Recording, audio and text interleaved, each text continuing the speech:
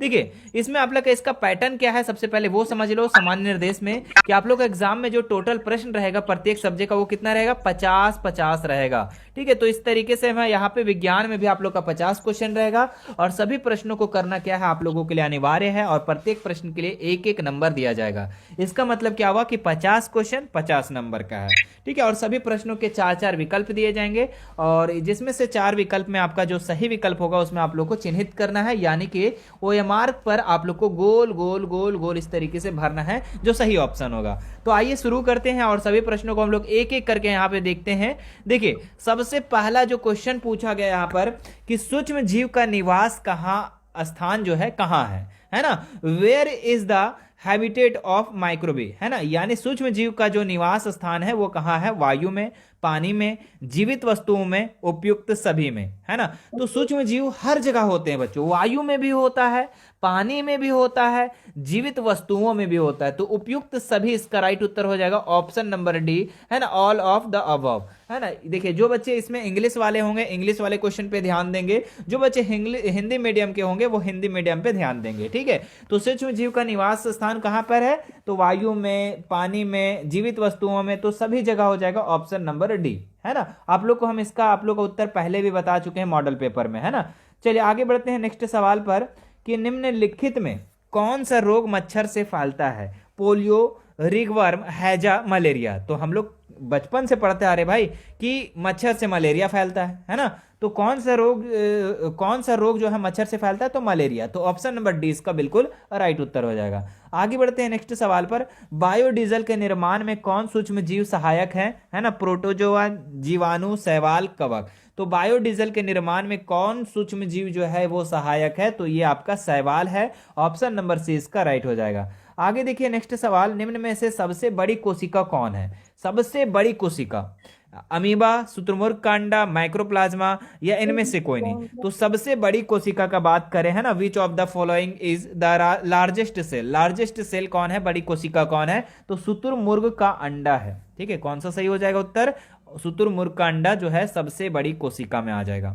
और मेरे बच्चे अगर बात करें कि सबसे छोटी कोशिका कौन है यहाँ पे, तो माइक्रोप्लाज्मा, है ना, माइक्रोप्लाज्मा क्या है, सबसे छोटी कोशिका है ना। और सबसे बड़ी कोशिका शुतुरमुर्ग का अंडा, ऑप्शन नंबर बी इसका राइट हो जाएगा। आगे देखिए नेक्स्ट सवाल 5 नंबर में कि कोशिका के किस भाग में गुणसूत्र उपस्थित होता है, केंद्रक में, कोशिका द्रव में, कोशिका भित्ति में, इनमें से कोई नहीं। तो किस भाग में जो है गुणसूत्र उपस्थित होता है, तो ये आपका होता है केंद्रक में, है ना। कोशिका जो होता है इस तरीके से क्या होता है, कोशिका, और कोशिका के अंदर बीच में क्या होता है, केंद्रक, और केंद्रक में ही क्या है, गुणसूत्र उपस्थित होते हैं। ऑप्शन नंबर ए इसका बिल्कुल राइट उत्तर हो जाएगा। आगे देखिए नेक्स्ट सवाल, किस धातु की भौतिक अवस्था द्रव रूप में होती है, जस्ता, तांबा, पारा, टीन, है ना। तो कौन सा धातु है जो भौतिक अवस्था में द्रव अवस्था में होता है, तो पारा, है ना। पारा एक ऐसा धातु है मेरे बच्चे जो आपके लिक्विड अवस्था में होता है, द्रव अवस्था में पाया जाता है ना। तो ऑप्शन नंबर सी इसका बिल्कुल राइट उत्तर हो जाएगा। अब देखिए यही सवाल के अगर आपके एग्जाम में पलट देगा,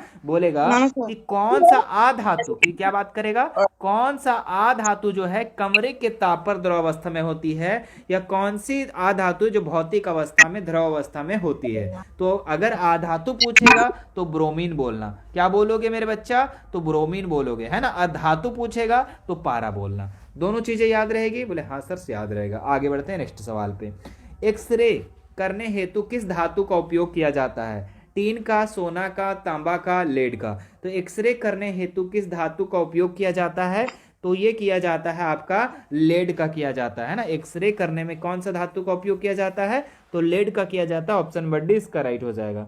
झारखंड के जादूगोड़ा में किस धातु की प्रचुरता विद्यमान है ना, कोयला, अबरक, यूरेनियम, अयस्क। तो झारखंड के जादूगोड़ा में किस धातु की प्रचुरता विद्यमान है, तो यहाँ पर जादूगोड़ा में ना, जादूगोड़ा में आपका है यहाँ यूरेनियम है ना। जादूगोड़ा, झारखंड के जादूगोड़ा में जो है कौन सी धातु की प्रचुरता विद्यमान है, मतलब सबसे ज्यादा है, तो यूरेनियम सबसे ज्यादा है जादूगोड़ा में, ऑप्शन नंबर सी इसका राइट हो जाएगा। धातुओं का वह कौन सा गुण जिससे उन्हें पीट कर पतली चादर बनाई जा सकती है, तन्यता, कुचालकता, आघात वर्धनता, लचीलापन, है ना। तो धातु को वह कौन सा गुण है जो पीट कर पतली चादर के रूप में परिवर्तित किया जा सकता है, तो पीट कर पतली चादर के रूप में परिवर्तित करना, ये जो गुण कहलाएगा आघात वर्धनीयता कहलाएगा। ऑप्शन नंबर सी इसका बिल्कुल राइट उत्तर हो जाएगा, है ना। धातु का वह गुण जिसे पीट कर पतली चादर के रूप में परिवर्तित किया जा सकता है उसको हम लोग आघात वर्धनीयता कहते हैं, है ना। अच्छा, इसमें अगर बात करें तन्यता, तो धातुओं का वह गुण जिसको पीट कर पतली तार के रूप में निकाली जाती है उसको हम लोग तन्यता कहते हैं। दोनों चीजों को याद रखना, पतली तार के रूप में निकालना तन्यता कहलाएगा, है ना। आघातवर्धक किसको बोलेंगे, जो पीट करके पतली चादर के रूप में परिवर्तित करना ही हमारा क्या कहलाएगा, आघातवर्धनीयता कहलाएगा। इनमें से उष्मा का सबसे कम चालक कौन सा धातु है? एल्युमिनियम, पारा, चांदी, सोना। ठीक है, तो ये तो आपका धातु है तो चालक तो सही जाएगा। चांदी में भी सही, चांदी तो सबसे अधिक चालक है ना धातु का, है ना। अच्छा, उष्मा का बात करें ना, हाँ तो ठीक है, एल्युमिनियम भी जाएगा, चांदी का भी जाएगा, सोना में भी आपका उष्मा का चालन होगा, लेकिन पारा में नहीं होगा, सबसे कम चालक होगा यहाँ पर। तो ऑप्शन नंबर 20 का राइट उत्तर हो जाएगा। ठीक है, 10 का क्या हो जाएगा, बी नंबर हो जाएगा। आगे देखिए नेक्स्ट सवाल पर, निम्नलिखित में कौन सा घोल विद्युत का कुचालक है? नींबू का रस, नल का पानी, सिरका, आसुत जल, है ना। तो कौन सा जो घोल है विद्युत का कुचालक है, यानी कि विद्युत करंट जो है एक साइड से दूसरे साइड प्रवाहित नहीं होती है, तो कौन सा? तो नींबू का रस, भाई इसमें तो H+ आयन होता है तो ये तो चालन करेगा भाई। नल का पानी, सिरका, आसुत जल। नल का पानी में अभी आपका H+ कम मात्रा में होता है लेकिन होता है, ठीक है, इसमें भी आपका चालन करेगा। सिरका तो आपका खट्टा है, इसमें तो H+ आयन की ज़्यादा मात्रा है तो इसमें भी ज़्यादा होगा, लेकिन आसुत जल, है ना, आसुत जल हो जाएगा मेरे बच्चे, ये आपका विद्युत का कुचालक हो जाएगा, है ना, क्योंकि इसमें कोई भी अशुद्धियां नहीं होती है। आसुत जल में क्या है, कोई भी अशुद्धियां नहीं होती, कोई भी मिलावट नहीं होती, तो इसमें जो है विद्युत का कुचालक हो जाएगा। आगे देखते हैं नेक्स्ट सवाल कि किस धातु पर इच्छित धातु की परत निक्षेपित करने की प्रक्रिया को कहते हैं? विद्युत लेपन, ऑक्सीकरण, जस्तीकरण, विद्युत अपघटन। तो किसी धातु पर इच्छित धातु की परत जो निक्षेपित करते हैं, यानी धातु पर धातु का परत जो लगाया जाता है उसको हम लोग क्या कहते हैं? तो उसको हम लोग कहते हैं विद्युत लेपन कहते हैं। तो ऑप्शन नंबर ए इसका राइट उत्तर हो जाएगा। आगे देखते हैं 13 नंबर सवाल कि निम्नलिखित में से किन में आंतरिक जनन होता है? तो मछली में, मेंढक में, स्टारफिश में, मुर्गी में, है ना। तो देखिए मछली में भी तो आपका आंतरिक जनन तो नहीं होता है ना, आपका मेंढक में भी नहीं होगा, ये पानी में होता है, स्टारफिश में नहीं होगा, तो ऑप्शन नंबर 20 का राइट हो जाएगा। इसमें आपका क्या होता है, आंतरिक जनन होता है। ऑप्शन नंबर 20 का राइट उत्तर हो जाएगा, है ना। किसमें आंतरिक जनन होता है? मुर्गी में। हाइड्रा में जनन की विधि है बहुविभाजन, मुकुलन, खंडन, द्विभाजन। तो हाइड्रा में जो है आपका मुकुलन होगा। जनन की विधि कौन सा है? मुकुलन है, याद रखेंगे, ऑप्शन नंबर बी। पृथ्वी की सतह से ऊंचाई के बढ़ने के साथ साथ वायुमंडलीय दबाव क्या होता है? घटता है, बढ़ता है, दोनों या इनमें से कोई। तो पृथ्वी की सतह से, है ना, अगर पृथ्वी की सतह ऐसा है और ऊंचाई में हम जैसे जैसे जाते जाएंगे तो क्या होगा, वायुमंडलीय का दबाव जो है वो कम होता जाएगा, यानी कि ऑप्शन नंबर ए घटता जाएगा, है ना। क्या होता जाएगा? घटता जाएगा। तो ऑप्शन नंबर ए इसका राइट हो जाएगा। दाब का मात्रक क्या है? तो दाब का मात्रक पास्कल भी होता है और न्यूटन प्रति वर्ग मीटर भी होता है, तो दोनों हो जाएगा, है ना। कहां पर है दोनों? हाँ सर, ऑप्शन नंबर सी। तो ऑप्शन नंबर सी इसका राइट उत्तर हो जाएगा। आगे देखते हैं, निम्नांकित बलों में कौन सा संपर्कित बल है ना। गुरुत्व बल, चुंबकीय बल, स्थिर वैद्युत बल या फिर घर्षण बल। तो संपर्कित मतलब कि संपर्क करने पर बल लगाना, है ना। तो गुरुत्व बल नहीं, चुंबकीय बल नहीं, तो स्थिर वैद्युत बल भी नहीं होगा, घर्षण बल, जी हाँ, ये आपका घर्षण जो बल है ये आपका संपर्कित बल है, यानी दोनों संपर्क में आने के बाद ही ये बल लगता है, घर्षण बल। तो ऑप्शन नंबर डी इसका राइट उत्तर हो जाएगा। निम्नलिखित में कौन सा पदार्थ आदहनशील है? आदहनशील यानी जो जलता नहीं है, कोयला, लकड़ी सकता है। पेरिस्कोप, किल्डोस्कोप, विक्षेपण, दूरबीन। तो दृष्टि रेखा पर नहीं रहने पर वस्तुओं को भी दिखा सकता है, तो ये इसका जो राइट उत्तर हो जाएगा आपका क्या हो जाएगा? Periscope, option number A.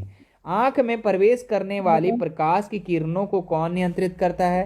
तो जो आंख में प्रवेश करती है जो किरण, उसको कौन कंट्रोल करता है? तो उसको करता है आपका ये और 15 दिन खातिर लिए पुपिल करता है ना, पुतली करता है। ऑप्शन नंबर ए इसका राइट उत्तर हो जाएगा। आगे बढ़ते हैं नेक्स्ट सवाल। फिर ना लागतो क्या दिया गया है कि वर्षा ऋतु में बोई जाने वाली एवं अक्टूबर से दिसंबर तक फसल की कटाई वाली फसलें कहलाती है। तो अक्टूबर से दिसंबर तक जो फसल की कटाई होती है है ना तक जो है फसलों की कटाई होती है, अक्टूबर से दिसंबर तक जिसको बोया जाता है उसको हम लोग कहते हैं रबी फसल। क्या कहते हैं? रबी फसल। तो ऑप्शन नंबर, अच्छा सॉरी सॉरी, यहाँ पे आपका वर्षा ऋतु बोला, मैंने देखा भी नहीं। वर्षा ऋतु जो अक्टूबर में हम लोग बोते हैं, किसको बोते हैं हम लोग अक्टूबर में, सितंबर अक्टूबर में धान को बोते हैं, है ना, धान को लगाते हैं, और दिसंबर में इसको हम लोग क्या करते हैं, काट देते हैं, है ना। तो ये आपका खरीफ फसल ना हो जाएगा, तो धान मक्का वगैरह इसमें क्या हो जाएगा, खरीफ फसल के अंतर्गत आ जाएगा। ऑप्शन नंबर बी इसका राइट उत्तर हो जाएगा। स्वपोषी का उदाहरण है, तो स्वपोषी का क्या उदाहरण है, गाय, बकरी, तिलचट्टा, अमरूद का पौधा। तो स्वपोषी किस में होता है, तो पेड़ पौधे में होता है ना। तो गाय में तो होगा नहीं भाई, बकरी में तो होगा नहीं, तिलचट्टा में होगा नहीं, तो अमरूद का पौधा क्या है, पेड़ पौधे में आ जाएगा। तो ये स्वपोषी। स्वपोषी कहते किसको है, स्वपोषी हम लोग उसको कहते हैं जो अपना भोजन स्वयं बनाता है, प्रकाश संश्लेषण की उपस्थिति में, सूर्य के प्रकाश की उपस्थिति में प्रकाश संश्लेषण के माध्यम से अपना भोजन स्वयं बनाते हैं। आगे बढ़ते हैं नेक्स्ट। हार्वेस्टर मशीन द्वारा फसल की डैश की जाती है, तो जुताई, भंडारण, कटाई, ढुलाई, है ना। तो क्या किया जाता है, तो कटाई किया जाता है। हार्वेस्टर मशीन के द्वारा फसलों की क्या की जाती है,